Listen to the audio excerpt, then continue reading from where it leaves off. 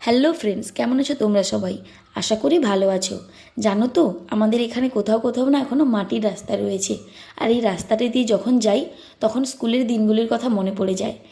কিভাবে আমরা সবাই একসঙ্গে কাদা জল পেরিয়ে এই মাটির রাস্তা দিয়ে একসঙ্গে সবাই মিলে স্কুলে যেতাম। এই রাস্তায় অনেক স্মৃতি আছে। আর এই লাল মাটির রাস্তাটা, এই রাস্তাটা খুবই ভালো লাগে দেখতে।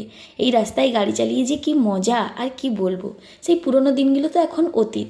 আপাতত আজকে আমার বোন গাড়ি চালাচ্ছে। তো চলো এবার বলি যে আমরা কোথায় গিয়েছিলাম। না, আজকে না আমাদের একজনের বাড়িতে নিমন্ত্রণ ছিল। হ্যাঁ হ্যাঁ, এই বোনটির বাড়িতেই নিমন্ত্রণ ছিল। আর আমি যখন যাই ও দেখছিলাম কাজ করছিল, তাই ওকে ডিস্টার্ব করিনি। আর এই ছোট বাচ্চাটা, ওর নাম গোপাল, ও পাশের বাড়িতেই থাকে। আমরা এসেছি শুনে ও দেখা করতে চলে এসেছে।